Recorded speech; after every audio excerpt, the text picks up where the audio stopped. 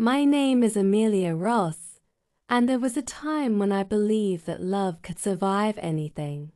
I used to think that when two people truly cared for each other, nothing, not distance, not time, not even pain could tear them apart.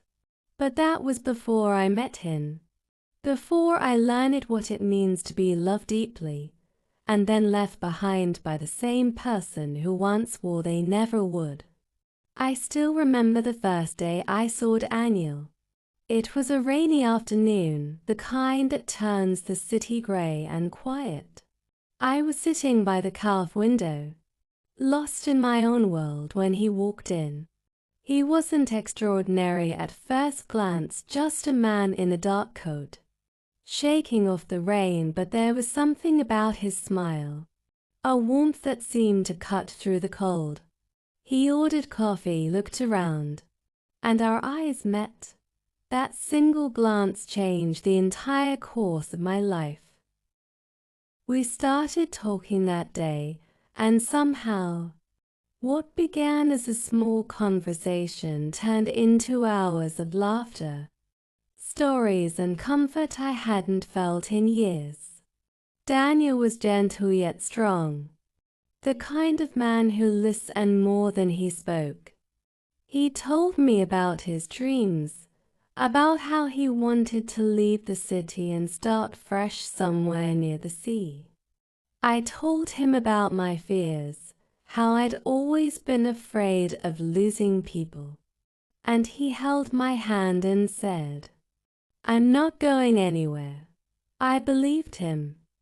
Days turned into weeks, and weeks into months. We built a small world together, filled with late-night talks, morning walks, and whispered promises. He would bring me flowers every Friday, saying, "For no reason, just because you smiled today." He made me feel like the safest place on earth was his arms. I had never known love could be that simple, that peaceful, but life, as it often does, began to change without warning.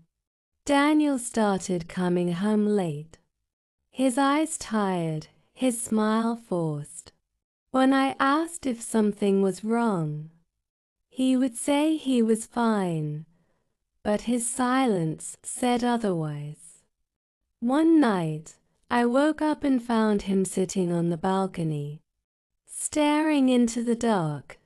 I asked what was wrong, and he just said softly, "Sometimes love isn't enough." I didn't understand then, but I do now. A week later, he was gone. No goodbye, no note, just an empty space where he used to be. His clothes were gone, his favorite mug missing, and the keys to our home left on the table. I searched for him, called everyone I knew, but Daniel had vanished like he had never existed. The first few days were unbearable. I would sit by the window, waiting for him, hoping he would walk in and say it was all a mistake. Every sound outside made my heart race. Every night I cried myself to sleep, replaying our memories like an old film stuck on repeat. I tried to hate him, but I couldn't. I loved him too much to turn that love into anger. Months passed and people told me to move on. They said maybe he wasn't who I thought he was. But how could I move on from someone who had become a part of my soul? Every corner of my apartment whispered his name, the smell of his cologne still lingered. His laughter still echoed faintly in the walls. I began writing letters I would never send, pouring out everything I wished I could tell him, how I missed him, how I forgave him, how I still loved him even though he left. Writing was the only way I could breathe. Then one day, nearly a year later, I received a letter. No return address. Just my name in his handwriting. My hands trembled as I opened it. Inside, there was only one page. He wrote, "Amelia, I never wanted to leave. But I had no choice. The doctors said it was too late. And I couldn't bear the thought of you watching me fade away. You gave me more happiness than I deserved. Please remember me with a smile, not with pain. I loved you every single day, even the ones I wasn't there." My knees gave out as I read those words. I hadn't known he was sick. He had hidden it all, his pain, his fear, everything to protect me. For days I couldn't stop crying. But then I began to understand. Love isn't about possession, it's about giving someone peace. Even if it means walking away. He didn't leave because he stopped loving me. He left because he wanted me to keep living. The man who left wasn't a coward, he was brave in a way I hadn't seen before. Years have passed since then. I still visit the cave where we met. I sit by the same window and order the same coffee.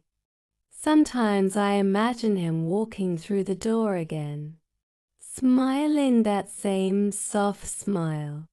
I know he never will, but somehow it feels like he's still there. In the quiet train, in the smell of coffee, in the rhythm of my heart, I've learned to live with his absence, not as a wound but as a memory. Some people leave, but their love stays behind like sunlight after sunset, gone from sight, but still warm on your skin. So yes, he left, but the truth is, a part of him never really did. Because love, the real kind, doesn't end when someone walks away, it lingers. Quietly, in every breath, in every heartbeat. In every word we whisper to the empty air. And that's how I'll always remembered Annual, the man who left, but never truly left me.